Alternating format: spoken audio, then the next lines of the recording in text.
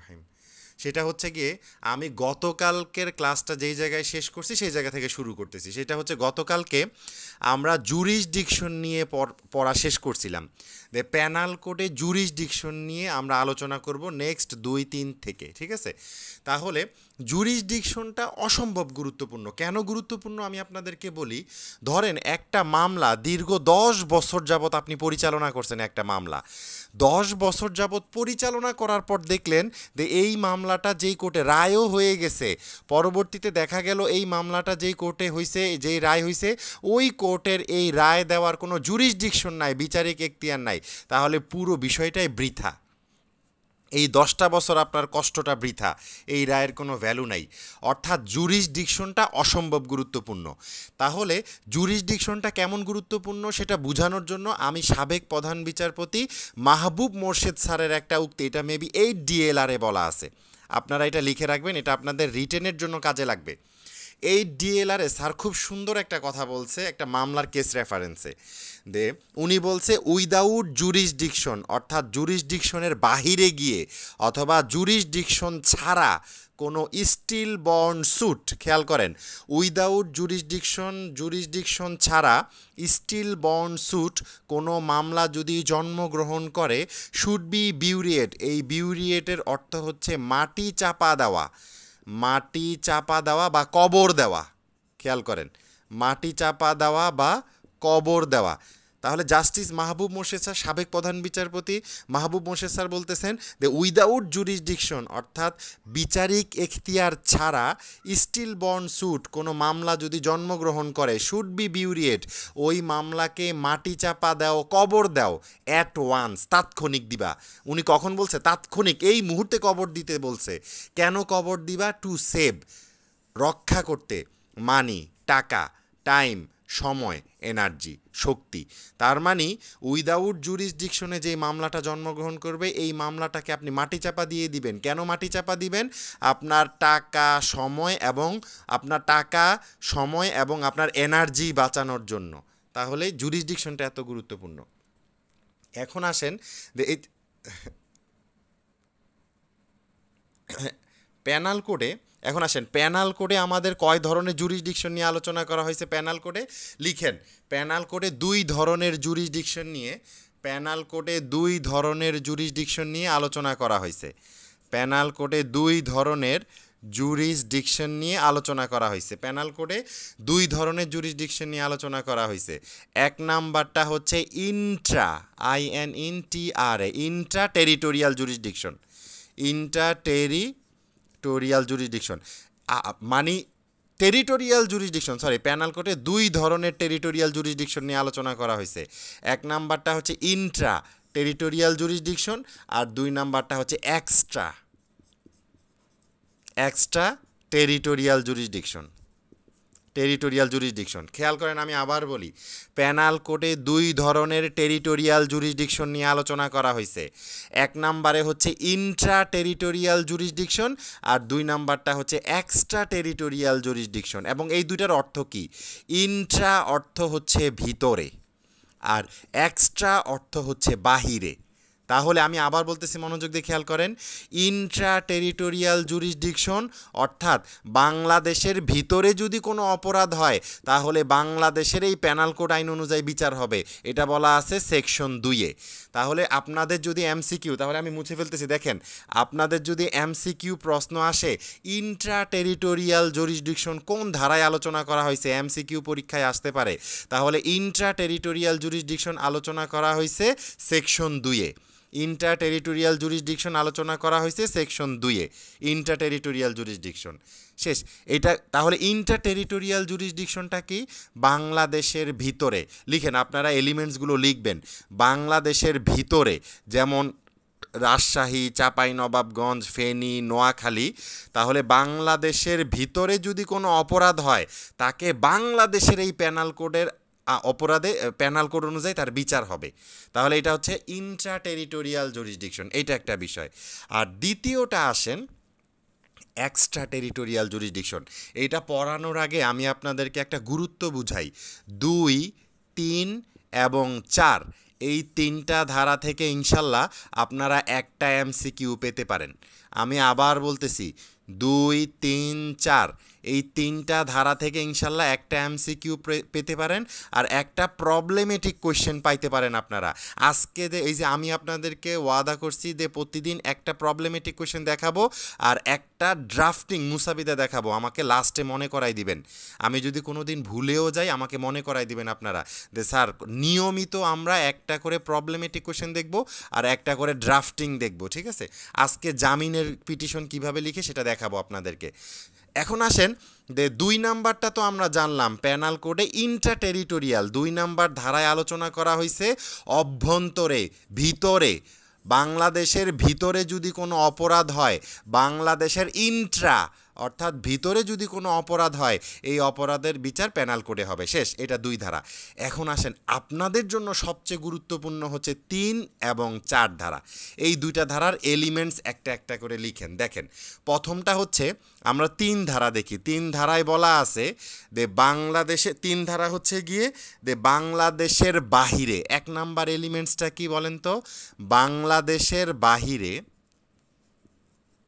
বাংলাদেশের বাহিরে আপনি কোনো কাজ করছেন, খেয়াল করেন, বাংলাদেশি নাগরিক বাংলাদেশের বাহিরে কোনো একটা কাজ করছে, ওই কাজটা বাংলাদেশি আইনে অপরাধ, ওই কাজটা বাংলাদেশি আইনে অপরাধ। তাহলে 3 ধারা অনুযায়ী, 3 ধারা বলতেছে তাকে বাংলাদেশের প্যানাল কোড অনুযায়ী তার বিচার হবে। এখানে 2টা জিনিস খুবই, 3 ধারাটা অসম্ভব গুরুত্বপূর্ণ, একটু সূক্ষ্মভাবে চিন্তা করেন। এবং কেন জানি আমার মন বলতেছে 3 এবং 4 ধারা থেকে এমসিকিউ এবং একটা প্রবলেমেটিক কোয়েশ্চেন আসবে। আমি দেখাই দিব কিভাবে প্রবলেমেটিক কোয়েশ্চেনটা আসবে। খেয়াল করেন, বাংলাদেশের বাহিরে কোনো একটা কাজ করছে, যেই কাজটা বাংলাদেশি আইন বলে অপরাধ, বাংলাদেশি আইন বলে এইটা অপরাধ। তাহলে এই রকম কোনো কাজ যদি বাংলাদেশি কোনো নাগরিক করে, তাহলে সে বাংলাদেশের এই প্যানাল কোড অনুযায়ী তার বিচার হবে। তাহলে সেকশন 3-এর মূল কনসেপ্টটা হচ্ছে, এখন আসেন, বাংলাদেশের বাহিরে কোনো একটা কাজ সে করছে, সেইটা বাংলাদেশি আইন বলে অপরাধ, কিন্তু যেই দেশে করে আসছে সেই দেশে এটা অপরাধ না। তাহলে প্রশ্ন হচ্ছে 3 ধারায় তাকে ধরা হবে। যেমন আমি আপনাদেরকে একটা উদাহরণ দেই, উদাহরণ অনেকগুলো আছে। যেমন ধরেন আমেরিকা, ইউএসএতে হোমোসেক্সুয়ালিটি অর্থাৎ সেম সেক্সের বৈধ তাদের দেশে। তাহলে হোমোসেক্সুয়ালিটি ইউএসএতে বৈধ, কিন্তু বাংলাদেশে কি বৈধ? বাংলাদেশে এটা জঘন্য ঘৃণ্য কাজ একটা। তাহলে এই যে হোমোসেক্সুয়ালিটি আপনি কোনো একজন বাংলাদেশি নাগরিক, সে যদি ইউএসএতে হোমোসেক্সুয়ালিটি করে বাংলাদেশে আসে, তাহলে যেহেতু বাংলাদেশি আইন বলে এটা অপরাধ, তাহলে তাকে এই বাংলাদেশি আইন বলে শাস্তি দেওয়া হবে। এই কথাটা বলা আছে 3 ধারায়। অর্থাৎ 3 ধারার মূল কথাটা হচ্ছে যে বাংলাদেশের আইন বলে সেটা অপরাধ, কিন্তু সে বাহিরের দেশে, যেই দেশে করে আসছে সেই দেশে অপরাধ না। আরেকটা উদাহরণ দেই, তাহলে একেবারে পানির মতো ক্লিয়ার হবে। 3 ধারার আরেকটা উদাহরণ হচ্ছে, ধরেন ভারতে লিভ টুগেদার বৈধ, কিন্তু আমাদের বাংলাদেশে এটা একটা জঘন্য অপরাধ। তাহলে ভারতে কোনো ব্যক্তি যদি লিভ টুগেদার করে, তাহলে বাংলাদেশি আইনে সে অপরাধ, বাংলাদেশে যেখানে তাকে পাওয়া হবে তাকে ধরা হবে। অর্থাৎ 3 ধারার মূল কথাটা হচ্ছে এমন অপরাধ যেটা যেই দেশে করছে সেই দেশে অপরাধ না, কিন্তু বাংলাদেশে অপরাধ, তাহলে বাংলাদেশি আইনে তার বিচার হবে। এটা হচ্ছে 3 ধারা। এবার আসেন, শেষ 3 ধারার এলিমেন্টসগুলো আমরা বুঝলাম, এরপরে আসেন 4 ধারার এলিমেন্টস। 4 ধারার এলিমেন্টস, 4 ধারাটা ঠান্ডা মাথায় বুঝতে হবে। 4-এর 1 আর 4-এর 1 আর 4-এর 4, মাঝখান দিয়ে 2টা বাতিল। 4-এর 1 আর 4-এর 4 এলিমেন্টসগুলো কি কি? এলিমেন্টসগুলো 1 নাম্বারটা হচ্ছে, বাংলাদেশের কোনো নাগরিক যদি বাহিরে কোনো অপরাধ করে বাংলাদেশে ধরা পড়ে, উদাহরণ, বাংলাদেশের কোনো নাগরিক যদি বাহিরের কোনো দেশে অপরাধ করে ধরা পড়ে, তাহলে সে বাংলাদেশি প্যানাল করে তার বিচার হবে। অর্থাৎ 4-এর 1 ধারায় শুধুমাত্র বাংলাদেশের নাগরিকের কথা বলা আছে। উদাহরণ দেই আপনাদেরকে, 4-এর 1 ধারার উদাহরণটা হচ্ছে, মনে করেন জরিনা, সে বাংলাদেশি একজন নাগরিক, সে কি করছে, সৌদি আরবে একজন ব্যক্তিকে হত্যা করে বাংলাদেশের রংপুরে ধরা খাইছে। তাহলে এই ব্যক্তিকে, এই জরিনাকে বাংলাদেশি আইনে বিচার করা হবে। তাহলে 4-এর 1 নাম্বার এলিমেন্টসটা কি? 4-এর 1 নাম্বার এলিমেন্টসটা হচ্ছে বাংলাদেশের কোনো নাগরিক অন্য কোনো দেশে যদি কোনো অপরাধ করে আসে বাংলাদেশে, যেখানে তাকে পাওয়া হবে সেখানেই তাকে শাস্তি দেওয়া হবে। এখন তাহলে 3-এর মধ্যে পার্থক্য কি দেখেন তো? দুইটাই তো বাহিরে অপরাধ। 3-এর মধ্যে পার্থক্য হচ্ছে 3 ধারায় যে অপরাধটা সেটা ওই দেশে অপরাধ না, কিন্তু বাংলাদেশে অপরাধ। আর 4 ধারার যে অপরাধটা, জরিনা যে হত্যা করছে সৌদি আরবে, হত্যাটা সৌদি আরবেও অপরাধ, বাংলাদেশেও অপরাধ। মনে করেন জরিনা চুরি করছে সৌদি আরবে, চুরি করাটা সৌদি আরবেও অপরাধ, বাংলাদেশে অপরাধ। অর্থাৎ 4 ধারার যে অপরাধ এটা 2 দেশেরই অপরাধ হইতে হবে। আর 3 ধারায় ওই দেশের অপরাধ না, শুধু বাংলাদেশের অপরাধ। পার্থক্যগুলো এইভাবে পড়লে, এইভাবে কম্পারেটিভ স্টাডি করলে আপনাদেরকে কোনো প্রবলেমেটিক কোয়েশনে আটকাইতে পারবে না ইনশাল্লাহ। জি, আমি এইটা বলছি, আমি আপনাদেরকে লাইভ ক্লাসে বলছিলাম এমপি আনার হত্যা, এটা কিন্তু বাংলাদেশে স্টাডি করার মতো বিষয় আছে। আপনারা চেষ্টা করবেন এটা স্টাডি করার জন্য, যেখানে যা পাবেন এলিমেন্টসগুলো পড়বেন। এটা কিন্তু এই প্যানাল কোডের এই ধারাগুলো এখানে আলোচিত হবে, প্যানাল কোডের। আমি বলবো আপনাদেরকে। গেল বাংলাদেশের নাগরিক। আর এইখানে কি বলতেছে? এইখানে বলতেছে বাংলাদেশি কোনো নাগরিক, অথবা এখানে বলা আছে যে কোনো ব্যক্তি।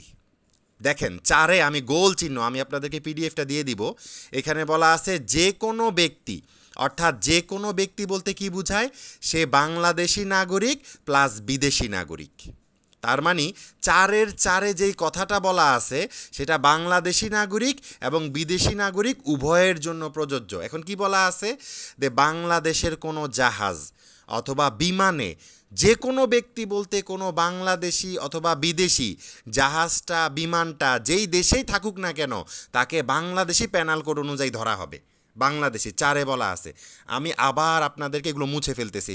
এইবার উদাহরণ দিচ্ছি আপনাদেরকে। যেমন আপনাদেরকে উদাহরণটা হচ্ছে এইরকম, এই যে মনে করেন এটা হচ্ছে আটলান্টিক মহাসাগর আমেরিকায়, ঠিক আছে? ধরেন এই যে আমেরিকায় একটা জাহাজ, এই জাহাজে একটা হত্যা হয়েছে। প্রশ্ন হচ্ছে এই হত্যার বিচার আমেরিকায় হবে না আটলান্টিক মহাসাগরে একটা কোর্ট বসবে, নাকি কোন দেশে হবে? আইন বলতেছে যে এই জাহাজটা যেই দেশের ফ্ল্যাগ অর্থাৎ পতাকা বহন করে সেই দেশের আইন অনুযায়ী তার বিচার হবে।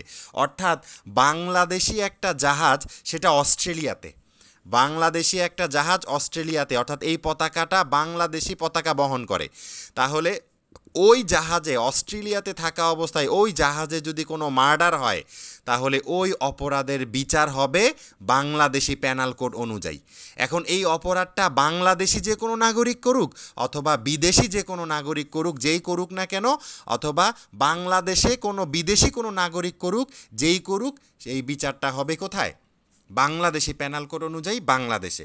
এখন আসেন আপনাদেরকে এবার কিছু উদাহরণ দেই। উদাহরণটা হচ্ছে আপনাদেরকে এবার ওই যে আমি বলছিলাম প্রবলেমেটিক কোয়েশ্চেন, এই যে আজকের প্রবলেমেটিক কোয়েশ্চেন আমি আপনাদেরকে দেখাচ্ছি। 3টা উদাহরণ দিব আপনাদেরকে। দিল যে ধরেন জরিনা একজন ব্যক্তি, জরিনা আমেরিকা থেকে লিভ টুগেদার করে বাংলাদেশের চট্টগ্রামে এসে ধরা খাইছে, ঠিক আছে? এখন তাকে বাংলাদেশের কোন ধারা, প্যানাল কোডের কোন ধারা অনুযায়ী তাকে ধরা হবে সংশ্লিষ্ট ধারাসহ লিখো। এখন অনেকেই 3 লিখবেন, 4 লিখবেন, উভয়টাই লিখবেন, ঠিক আছে? উভয়টা লিখলেও মার্কস পাওয়া যাবে, কারণ 3 তো চলে আসছে।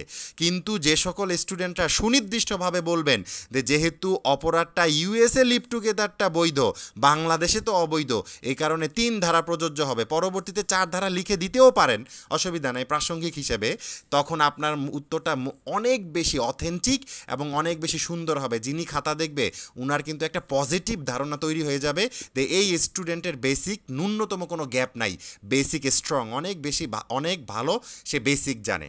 গেল একটা প্রবলেমেটিক কোয়েশ্চেন। এরপরে আসেন আরেকটা প্রবলেমেটিক কোয়েশ্চেন। এটা তো আরেকটা প্রবলেমেটিক কোয়েশ্চেন। এবার আমি আপনাদেরকে উদাহরণ দেখাই, একটু উদাহরণ দেখাই, একেবারে উদাহরণ দেখাই, তাহলে পুরো বিষয়টা ক্লিয়ার হবে। দেখেন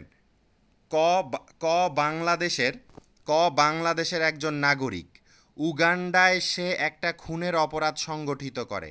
বাংলাদেশের যে কোনো স্থানে তার সন্ধান পাওয়া গেলে খুনের দায়ে তার বিচার করা হবে। অর্থাৎ দেখেন বাংলাদেশের নাগরিক কিন্তু অপরাধটা করছে উগান্ডায়, অর্থাৎ এক্সট্রা টেরিটোরিয়াল জুরিসডিকশন। এরপরে দেখেন খ, একজন ইউরোপীয় ব্রিটিশ প্রজা, ব্রিটিশ নাগরিক, সে রংপুরে একটা হত্যাকাণ্ড হয়েছে, অর্থাৎ সে ফরেইনার, তার বিচার বাংলাদেশে হবে। এরপরে আসেন, খুলনায় বসবাসরত একজন ব্রিটিশ নাগরিক ঘ চট্টগ্রাম একটি হত্যাকাণ্ডে সংগঠিত করার জন্য উঁকে প্ররোচিত করে, তাহলে এই ব্রিটিশ নাগরিককে হত্যাকাণ্ডে প্ররোচিত করার জন্য তার বিচার হবে। তাহলে মূল কথাটা কি, আমি এইবার আবার সামারি করি, খেয়াল করেন। পুরো বিষয়টা হচ্ছে পেনাল কোডে 2 ধারায় আলোচনা করা হয়েছে বাংলাদেশের ভিতরে, অর্থাৎ ইন্ট্রা টেরিটোরিয়াল জুরিসডিকশন। পেনাল কোডের 3 এবং 4 ধারায় আলোচনা করা হয়েছে এক্সট্রা টেরিটোরিয়াল জুরিসডিকশন। এটা লিখেন, এটা আপনাদের এমসিকিউ পরীক্ষায় আসতে পারে যে পেনাল কোডে এক্সট্রা টেরিটোরিয়াল জুরিসডিকশন কোন কোন ধারায় আলোচনা করা হয়েছে। তাহলে পেনাল কোডের এক্সট্রা টেরিটোরিয়াল জুরিসডিকশন 3 এবং 4 ধারায় আলোচনা করা হয়েছে। দুইটার মধ্যে পার্থক্যটা কি, আমি আরেকটা বিষয় বলতেছি আমি আপনাদেরকে, সেটা হচ্ছে 4 ধারার যে উদাহরণ, 4 ধারার উদাহরণ থেকে কেন জানি আমার মন বলতেছে এইবার একটা প্রশ্ন তুলে দিতে পারে, সেটা এমসিকিউ তুলে দিতে পারে অথবা প্রবলেমেটিক কোয়েশ্চেন তুলে দিতে পারে। আমি আবার বলতেছি 4 ধারার সবগুলো উদাহরণ পড়বেন, 4 ধারার উদাহরণ থেকে একটা এমসিকিউ প্রশ্ন তুলে দিতে পারে অথবা রিটেন প্রশ্ন তুলে দিতে পারে, ঠিক আছে। এখন আসেন, 4 ধারার পাশে একটা ধারা লিখে রাখবেন, সিআরপিসির 188, এটা লিখে রাখবেন, এটা আমি পরে পড়াবো। সিআরপিসির 188 এটা লিখেন। কেন লিখবেন? কারণ পেনাল কোডের 3 ও 4-এ যেমন এক্সট্রা টেরিটোরিয়াল জুরিসডিকশন আলোচনা করা হয়েছে, সিআরপিসির 188-তে এক্সট্রা টেরিটোরিয়াল জুরিসডিকশন আলোচনা করা হয়েছে। তাহলে আপনাদের যদি এমসিকিউ প্রশ্ন আসে যে সিআরপিসির কোন ধারায় এক্সট্রা টেরিটোরিয়াল জুরিসডিকশন সম্পর্কে আলোচনা করা হয়েছে, তাহলে সিআরপিসির 188-তে এক্সট্রা টেরিটোরিয়াল জুরিসডিকশন নিয়ে আলোচনা করা হয়েছে। আর পেনাল কোডের কোন ধারায়, কোন কোন ধারায় এক্সট্রা টেরিটোরিয়াল জুরিসডিকশন নিয়ে আলোচনা করা হয়েছে, পেনাল কোডের 3 এবং 4 ধারায় এক্সট্রা টেরিটোরিয়াল জুরিসডিকশন নিয়ে আলোচনা করা হয়েছে। পুরো বিষয়টা আমরা ক্লিয়ার। এখন দেখেন আরেকটা উদাহরণ দেই, দেখেন উদাহরণটা হচ্ছে এই রকম। আর এবার পুরো বিষয়টা আমরা সামারি করি। 3 ধারাটা হচ্ছে একজন ব্যক্তি কোনো একটা কাজ করছে, যেই দেশে কাজ করছে ওই দেশে অপরাধ না, কিন্তু বাংলাদেশে অপরাধ। আর 4 ধারাটা হচ্ছে বাংলাদেশের কোনো নাগরিক যদি বাহিরে অপরাধ করে, বাহিরের কোনো নাগরিক যদি বাংলাদেশে অপরাধ করে, অথবা কোনো জাহাজে অপরাধ করে, অথবা কোনো বিমানে অপরাধ করে, তাহলে কোনো জাহাজে অথবা বিমানে ওই জাহাজ অথবা ওই বিমান যেই দেশের ফ্ল্যাগ বহন করে, যেই দেশের পতাকা বহন করে, ওই দেশের পেনাল কোড অনুযায়ী বিচার হবে। এখন আপনাদেরকে ইন্টারেস্টিং একটা বিষয় বলি, বাংলাদেশে আমেরিকা আছে, আপনারা জানেন বাংলাদেশে আমেরিকা আছে, বাংলাদেশে কানাডা আছে, বাংলাদেশে ইতালি আছে। মনে রাখবেন প্রত্যেকটা ডিপ্লোম্যাটিক যে এম্বাসি, এটা হচ্ছে ওই দেশের এক খণ্ড। অর্থাৎ আমাদের বাংলাদেশে যেমন ইউএসএ আমেরিকা আছে, ইউএসএতেও বাংলাদেশ আছে, এবং এখানে বাংলাদেশি নেই, এখানে আমেরিকার। যদিও বাংলাদেশ, এইখানে আমেরিকার আইন ফলো হয়, এইটা যদিও আমেরিকা, ওইখানে বাংলাদেশের আইন ফলো করা হয়। অর্থাৎ ওইটা হচ্ছে এক খণ্ড, অর্থাৎ আমেরিকায় ওইটা হচ্ছে এক খণ্ড বাংলাদেশ, আর এই বাংলাদেশে এটা হচ্ছে এক খণ্ড আমেরিকা, প্রত্যেকটা এম্বাসি, ঠিক আছে। তাহলে বুঝতে পারলাম আমরা বিষয়টা। এরপরে আসেন, 3 ধারা আমাদের কাছে ক্লিয়ার। আরেকটা বিষয়, আমি কিন্তু কোনো বেসিক গ্যাপ দিচ্ছি না, যেইখানে যা বেসিক একেবারে গা ছাড়াভাবে চলে যাব না। আমি আপনাদেরকে আরেকটা অনুরোধ করি, আপনারা অনেকেই ভালো কাজ করছেন, লিখে আমাকে পাঠাইছেন, আর অনেকেই লিখে পাঠান নাই। যারা লিখে পাঠান নাই আমি ধরে নিচ্ছি আপনারা লিখেন নাই। গতকালকে আমি আপনাদেরকে কাজ দিছিলাম, 1 নাম্বার কাজ কি, এসআর অ্যাক্টের 2টা লেকচার লিখবেন, পাঠাবেন। লিমিটেশন অ্যাক্টের 2টা লেকচার রেকর্ডিং দেখে লিখে পাঠাবেন, আর প্যানাল কোড নোট করবেন। আপনাদের হাতে গোনা কয়েকজন করছেন, ভালো যারা করছেন তাদেরকে, হাতে গোনা বলতে মোটামুটি ভালো সংখ্যক করছেন, বাকি যারা করেন নাই আপনাদের কি সনদ নেওয়ার ইচ্ছা নাই নাকি? আপনারা আসলে সমস্যাটা এই জায়গায়, আপনারা সনদ চান কিন্তু পরিশ্রম করবেন না, একেবারে অলস একটা জাতি হয়ে গেছেন আপনারা। আমি তখনই আমি সর্বোচ্চ এফোর্ট দিব। চিন্তা করেন, দেখেন আমার আম্মু আজকে হজ থেকে আসছে, তারপর আমি চিন্তা করলাম যে না, আমি আপনাদেরকে সময় দেওয়াটা বেশি গুরুত্বপূর্ণ মনে করতেছি। তাহলে আপনাদেরকেও এটা বুঝতে হবে, আপনাদেরকে এই বিষয়টা বুঝতে হবে। অনেকেই লিখে পাঠান নাই, এটা কিন্তু আমার মানে একটা কষ্টের কারণ। আপনারা কেন লিখে পাঠাচ্ছেন না, মানে আপনারা পড়তেছেন না। সনদ লাগবে কিন্তু পড়বেন না, বাসায় সনদ দিয়ে আসবে আপনাদের না। আমি একটু শাসন করলেও একটু আমার সাথে, মানে আমি চাই বলি 200-150 যতজন আছে এই সবাইকে নিয়ে আমি রিটেনে যাইতে চাই। একটু আমাকে সাহায্য করেন, আমিও সর্বোচ্চ, আমি যখন দেখবো যে আপনারা সর্বোচ্চ পরিশ্রম করতেছেন, আমিও আমার সর্বোচ্চ পরিশ্রম করব। ইনশাল্লাহ দেখবেন অন্তত পরিশ্রমের বিষয়ে আপনারা কোনো ফাঁকফোকর পাবেন না ইনশাল্লাহ আমার কাছ থেকে। আসেন এরপরে আসেন সেকশন 11। সেকশন 11 বোঝানোর আগে আমি আপনাদেরকে আইনের বেসিক কথা বলি। বেসিক কথাটা হচ্ছে আপনারা এটা আমি ওই যে লাইভ ভিডিওতে বলছিও যে পার্সন দুই প্রকার। এক নাম্বারটা হচ্ছে ন্যাচারাল পার্সন, দুই নাম্বারটা হচ্ছে artificial legal person. Artificial legal person এবং ন্যাচারাল পার্সন আর আর্টিফিশিয়াল লিগেল পার্সনের মধ্যে আইনগতভাবে কোনো পার্থক্য নাই। অর্থাৎ ন্যাচারাল পার্সনের নামে মামলা করা যায়, ন্যাচারাল পার্সনও মামলা করতে পারে। আর্টিফিশিয়াল লিগেল পার্সনের নামে মামলা করা যায়, আর্টিফিশিয়াল লিগেল পার্সনও মামলা করতে পারে। অর্থাৎ এক্ষেত্রে মামলা খাওয়ার অথবা করার ক্ষেত্রে কোনো পার্থক্য নাই। তাহলে সেকশন 11-তে পার্সন বলতে কোন কোন জিনিসকে বোঝানো হবে এটা বলা আছে। এটা আপনাদের পরীক্ষার জন্য গুরুত্বপূর্ণ, এমসিকিউ পরীক্ষার জন্য গুরুত্বপূর্ণ। যে পার্সন বলতে কাকে কাকে বোঝানো হবে। লেখেন 3 শ্রেণীর ব্যক্তিকে পার্সন বোঝানো হবে। পার্সন বলতে 3 শ্রেণীর ব্যক্তিকে বোঝানো হবে। প্রত্যেকটা জিনিস লিখবেন। পার্সন বলতে 3 শ্রেণীর ব্যক্তিকে বোঝানো হবে। পার্সন বলতে 3 শ্রেণীর ব্যক্তিকে বোঝানো হবে। পার্সন বলতে 3 শ্রেণীর ব্যক্তিকে বোঝানো হবে। এক নাম্বারটা হচ্ছে কোম্পানি, দুই নাম্বারটা হচ্ছে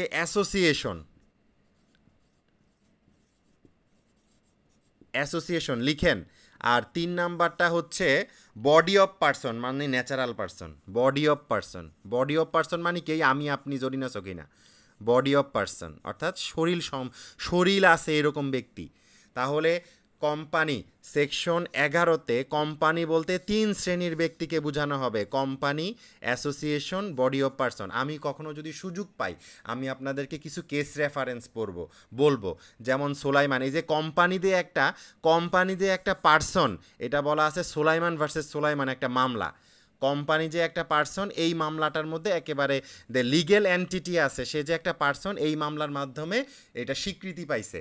আমি দেবা। এরপরে স্ট্রিক্ট লায়াবিলিটির জন্য রেইলেন ভার্সেস ফ্লেটচার, এরপরে জুডিশিয়াল রিভিউর জন্য মারভারি ভার্সেস মেডিসন, এরকম বিখ্যাত কিছু মামলা। যেমন সেপারেশন অফ জুডিশিয়ারির জন্য মাজদার হোসাইন কেস। এগুলো একদিন সময় করে আমি কেস রেফারেন্সগুলো বলবো, আমাকে একটু মনে করাই দিবেন যে স্যার কেস রেফারেন্সগুলো বলার কথা। এরপরে আসেন পার্সন বুঝতে পারলাম আমরা। এরপরে এদিক দিয়ে অনেক গুরুত্বপূর্ণ হচ্ছে সেকশন 19। সেকশন 19টা অসম্ভব গুরুত্বপূর্ণ। কেন জানেন? কারণ প্রশ্নের দায়িত্ব হচ্ছে জুডিশিয়ারির কাছে, জাজদের কাছে। এখন জাজরা জানতে চাইবে না যে আপনি তার ডেফিনেশন জানেন কি না। যেমন আপনারা ভাইবা বোর্ডে যখন যাবেন, অ্যাটর্নি জেনারেল স্যার জিজ্ঞাসা করে অনেককে, আচ্ছা বাংলাদেশের অ্যাটর্নি জেনারেলকে চিনেন উনারে? তার মানে কেন অ্যাটর্নি জেনারেল স্যার জানতে চায় কেন যে আপনি আইনজীবী, আপনি আপনার অভিভাবককে চিনেন কি না? কারণ প্রত্যেকটা আইনজীবীর অভিভাবক হচ্ছে গিয়ে কি অ্যাটর্নি জেনারেল, যেটা আমরা বার কাউন্সিল অর্ডারে পড়ব। তাহলে যেহেতু জুডিশিয়ারি প্রশ্ন করবে, তাহলে জুডিশিয়ারি এই প্রশ্নের উত্তরটা জানতে চাওয়াটাই স্বাভাবিক যে জাজ কাকে বলে স্টুডেন্টরা জানে কি না। জাজ কাকে বলে, তাহলে জাজ কাকে বলে লিখে ফেলেন এবং এখানে স্টার চিহ্ন দেন, 3-4টা স্টার চিহ্ন দেন। এটা আপনাদের পরীক্ষার জন্য অসম্ভব গুরুত্বপূর্ণ। জাজ কাকে বলে, তাহলে জাজ কাকে বলে প্রথমে আমরা দেখি কাকে কাকে জাজ বলে। লিখেন কাকে কাকে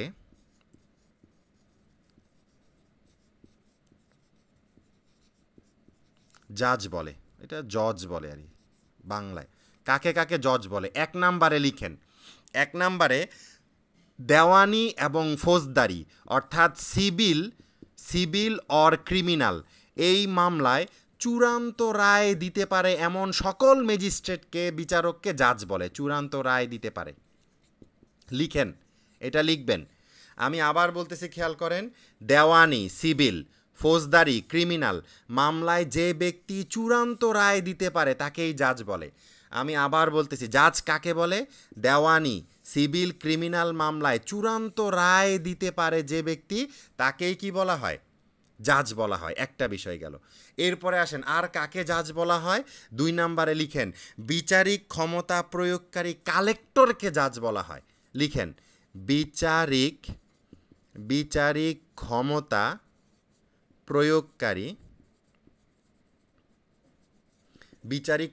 প্রয়োগকারী কালেক্টরকে জাজ বলে। বিচারিক ক্ষমতা প্রয়োগকারী কালেক্টরকে জাজ করে বা জাজ বলে, লিখেন 2 নাম্বারটা। বিচারিক ক্ষমতা প্রয়োগকারী কালেক্টরকে জাজ বলে, একেবারে মুখস্থ করে ফেলেন। আমি বলি 19 ধারাটা যেন মুখস্থ হয়ে যায় সেভাবে বলতেছি।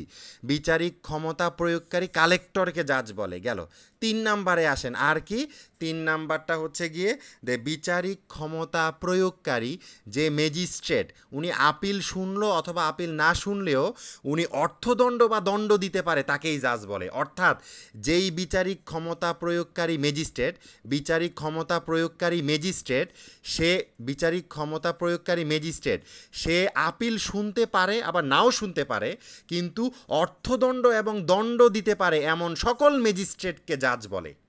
আমি আবার বলতেছি 3টা ক্ষেত্র দেখেন। প্রথমটা হচ্ছে সিভিল ক্রিমিনাল মামলায় চূড়ান্ত রায় দিতে পারে যে, তাকে জাজ বলে। 2 নাম্বারটা আসেন, বিচারিক ক্ষমতা প্রয়োগকারী কালেক্টরকে জাজ বলে, ওইটা ওইভাবে প্রয়োগ নাই বর্তমানে, ঠিক আছে। 3 নাম্বারটা আসেন, 3 নাম্বারটা হচ্ছে বিচারিক ক্ষমতা প্রয়োগকারী ম্যাজিস্ট্রেট, ওই ম্যাজিস্ট্রেট আপিল শুনতেও পারে আপিল নাও শুনতে পারে, তাহলে তার এবং এই ম্যাজিস্ট্রেট অর্থদণ্ড বা দণ্ড প্রদান করতে পারে। যেই বিচারিক ক্ষমতা প্রয়োগকারী যেই ম্যাজিস্ট্রেট অর্থদণ্ড বা দণ্ড প্রদান করতে পারে তাকেই জাজ বলে। এই 3টা জিনিস একেবারে ক্লিয়ার। 19 ধারা অসম্ভব গুরুত্বপূর্ণ। এখন আসেন, এইখানে 19 ধারা শেষ না। আমরা তো এই 3টা জানলাম কাকে কাকে জাজ বলে। চূড়ান্ত রায় দিতে পারে, বিচারিক ক্ষমতা প্রয়োগকারী কালেক্টর, বিচারিক ক্ষমতা প্রয়োগকারী ম্যাজিস্ট্রেট যে আপিল শুনতে পারে অথবা নাও শুনতে পারে কিন্তু অর্থদণ্ড বা দণ্ড দিতে পারে, তাকে জাজ বলে। এখন আসেন, জাজ বলে না কাকে, এটা লিখেন। তো জাজ বলে না কাকে, এইটা বলার আগে আপনাদেরকে 3টা বিষয় হজম করতে হবে। জাজ বলে না কাকে 3টা বিষয় হজম করতে হবে। এটা আইনের একটা বেসিক কথা, সারা জীবনের জন্য মাথায় গেঁথে ফেলবেন, এটা আপনাদের সারা জীবনের জন্য কাজে দিবে। সেটা কি? সেটা হচ্ছে গিয়ে দেখেন, একজন ম্যাজিস্ট্রেট বিচার করতে পারে কিন্তু রায় দিতে পারে না। খুব ইন্টারেস্টিং একটা বিষয় না? দেখেন, একজন ম্যাজিস্ট্রেট বিচার করতে পারলো ঠিকই কিন্তু রায় দিতে পারে না, এটা হজম করতে হবে। যেমন আমি আপনাদেরকে বলি, আপনারা 29-এর গতে পড়বেন, সিআরপিসি 29-এর গতে পড়বেন একজন স্পেশাল ম্যাজিস্ট্রেট 10 বছর পর্যন্ত মামলার বিচার করতে পারে, 10 বছর পর্যন্ত, কিন্তু সে রায় দিতে পারে সর্বোচ্চ 7 বছর পর্যন্ত, 33-এর ক। তাহলে দেখেন এই কথাটা হজম করতে হইল কি না? এই 3টা কথা হজম করতে হবে। 1 নাম্বার কথা, 3টা কথা হজম করতে হবে। 1 নাম্বার কথা হচ্ছে একজন ব্যক্তি বিচার করতে পারে ঠিকই কিন্তু সে রায় দিতে পারে না, একটা কথা গেল। যেমন এই যে স্পেশাল ম্যাজিস্ট্রেট, সে 10 বছর পর্যন্ত যে কোনো মামলার বিচার করতে পারে, তবে রায় দিতে পারে সর্বোচ্চ 7 বছর পর্যন্ত। গেল একটা কথা হজম করলেন আপনারা। এবার আসেন দ্বিতীয় কথায় যাই আমরা। দ্বিতীয় কথাটা কি? দ্বিতীয় কথাটা হচ্ছে একজন ব্যক্তি অপরাধ আমলে নিতে পারে, অপরাধ আমলে নিতে পারে কিন্তু সে বিচার করতে পারবে না। যেমন যেমন ধরেন একটা যাত্রাবাড়িতে একটা মার্ডার হয়েছে, তাহলে যাত্রাবাড়ি যার অধীনে আছে উনি এই মার্ডারটা ধরেন মেট্রোপলিটন ম্যাজিস্ট্রেট উনি অপরাধটা আমলে নিতে পারে, কিন্তু মেট্রোপলিটন ম্যাজিস্ট্রেট কি হত্যা মামলা বিচার করতে পারবে? তার মানে দেখেন, অপরাধ আমলে নেওয়া মানে অপরাধটা বিচার করা না। তাহলে অপরাধ আমলে নিল মেট্রোপলিটন ম্যাজিস্ট্রেট কিন্তু বিচার করলো হচ্ছে সেশন জাজ বা দায়রা আদালত, সেশন জাজ বা দায়রা আদালত। ক্লিয়ার? 2টা কথা আপনাদের হজম হইল, 2 নাম্বার কথা। তার মানে একজন ম্যাজিস্ট্রেট অপরাধ আমলে নেওয়া আর বিচার করা সেম বিষয় না। 3 নাম্বার কথাটা আপনাদের হজম করতে হবে। 3 নাম্বার কথাটা কি? 3 নাম্বার কথাটা হচ্ছে গিয়ে 3 নাম্বার কথাটা হচ্ছে গিয়ে 3 নাম্বার কথাটা হচ্ছে যে একজন ব্যক্তি একটা আদালত মৃত্যুদণ্ডের আদেশ দিতে পারে, মৃত্যুদণ্ডের আদেশ দিতে পারে কিন্তু সে কার্যকর করতে পারে না। যেমন সেশন জাজ দায়রা আদালত উনি মৃত্যুদণ্ডের বিচার করে মৃত্যুদণ্ডের আদেশ দিতে পারে কিন্তু দায়রা আদালত এটা কার্যকর করতে পারে না। কার্যকর করার জন্য এইচসিডি হাইকোর্ট ডিভিশনের কি লাগে? With the confirmation of the high court division, high court ডিভিশনের অনুমোদন লাগে। তার মানে এইটাও আমাদের হজম হইল। এই তিনটা কথা যদি হজম হয় তাহলে 19 ধারার এই কথাটাও আপনাদের হজম হবে। সেটা কি? আমরা তো পড়ছি তিনটা ক্ষেত্রে জাজ কাকে বলে।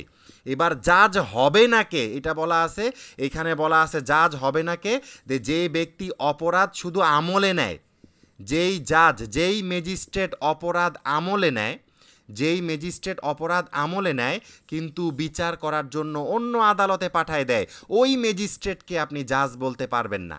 তার মানে খেয়াল করেন যে একটা অপরাধের জাজকে, ওই অপরাধের বিচার করার ক্ষমতা সম্পন্ন যে ম্যাজিস্ট্রেট, তাকে বলা হবে ওই অপরাধের সে জাজ।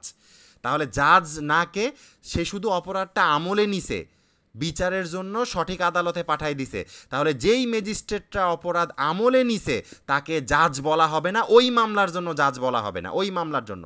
অর্থাৎ মেট্রোপলিটন ম্যাজিস্ট্রেট সে তো অনেক মামলা বিচার করে, কিন্তু সে তো হত্যা মামলার বিচার করতে পারবে না যদিও সে আমলে নিছে।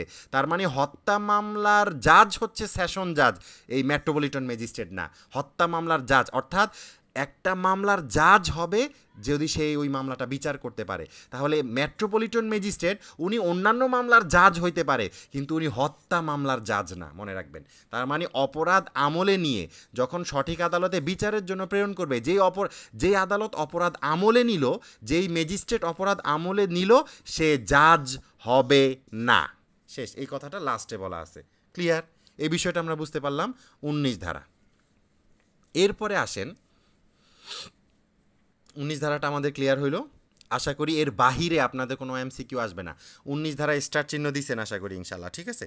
এরপরে আসেন, আপনাদের জন্য গুরুত্ব হচ্ছে যে কোর্ট অফ জাস্টিস কোন ধারায় আলোচনা করা হয়েছে। সেকশন 20-এ, সেকশন 20-এ আলোচনা করা হয়েছে কোর্ট অফ জাস্টিস। এটা শুধু মুখস্থ করবেন, এমসিকিউতে আসতে পারে। Court of justice, court of justice, court of justice কোন ধারায় আলোচনা করা হয়েছে? কোর্ট অফ জাস্টিস সেকশন 20-এ আলোচনা করা হয়েছে, গেল এটা। এরপরে আসেন 21 ধারাটা। 21 ধারাটা একটু ইন্টারেস্টিং, মনে রাখার, এটা কোনো সূত্র না, তবে এইভাবে মনে রাখতে পারেন। কিভাবে মনে রাখতে পারেন দেখেন, সেকশন 21, সেকশন 21-এ বলা আছে পাবলিক সার্ভেন্টের কথা, পাবলিক সার্ভেন্ট। এখন আপনাদের এমসিকিউ, কেন জানি আমার মন বলতেছে আপনাদের এমসিকিউ যদি আসে এইভাবে আসবে, একটাই হবে, এখান থেকে অন্য কোনোভাবে এমসিকিউ আসবে না। যে কয় ধরনের ব্যক্তিকে পাবলিক সার্ভেন্ট হিসেবে বিবেচনা করা হবে? 11, 12, 13, 14। তাহলে দেখেন এটা মনে রাখবেন কিভাবে। আগে এই সেকশন 21 না, সেকশন 21-এ উল্টা করেন, কত হয়? 12। পূর্বে 12 ধরনের ব্যক্তিকে পাবলিক সার্ভেন্ট বলা হতো পূর্বে, পরবর্তীতে একটা বাতিল হয়। তার মানে বর্তমানে 11 ধরনের লোককে পাবলিক সার্ভেন্ট বলা হবে। আপনাদের এমসিকিউ পরীক্ষায় আসতে পারে ইনশাল্লাহ। 11 ধরনের লোককে পাবলিক সার্ভেন্ট বলা হবে। তাহলে মনে রাখবেন কিভাবে, সেকশন 21-এ বলা আছে পাবলিক সার্ভেন্ট, 21-এ উল্টা করলে হয় 12, আর একজন ব্যক্তি বাতিল আছে, তার মানে 11 ধরনের লোককে পাবলিক সার্ভেন্ট বলা হবে। 11 ধরনের লোককে পাবলিক সার্ভেন্ট বলা হবে, ঠিক আছে। গেল, এই জিনিসটা আমরা শেষ করলাম। এরপরে আসেন, পরবর্তীটা হচ্ছে এইখান থেকে আপনাদের না আর লাগবে না। এরপরে আচ্ছা, আমি আজকে এখানে এরপরেরটা আমি পরে কালকে শুরু করব ইনশাল্লাহ, কালকে শুরু করব। আমি এখন ড্রাফটিংটা শেষ করি, একটা মামলার ড্রাফটিং। আজকে কোনো আসামির জামিনের আবেদন কিভাবে করে তার ড্রাফটিংটা দেখাবো। জামিনের আবেদন কিভাবে করে, খেয়াল করেন, আজকে আপনাদেরকে জামিনের আবেদন কিভাবে করে সেটা দেখাবো।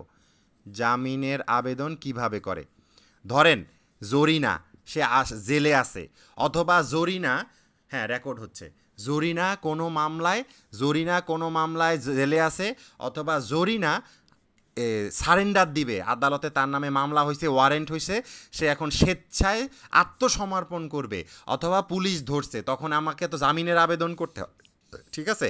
তাহলে জামিনের আবেদনটা কিভাবে করবেন? এই যে ড্রাফটিং বা মুসাবিদা, আমি আবার বলতেছি, খেয়াল করেন, ড্রাফটিং বা মুসাবিদা এটা খুবই গুরুত্বপূর্ণ। জামিনের আবেদন কিভাবে করবেন আপনাদের পরীক্ষার জন্য ভিবিআই দিয়ে রাখেন, অসম্ভব গুরুত্বপূর্ণ। ধরেন আমি একেবারে প্রাইমারিভাবে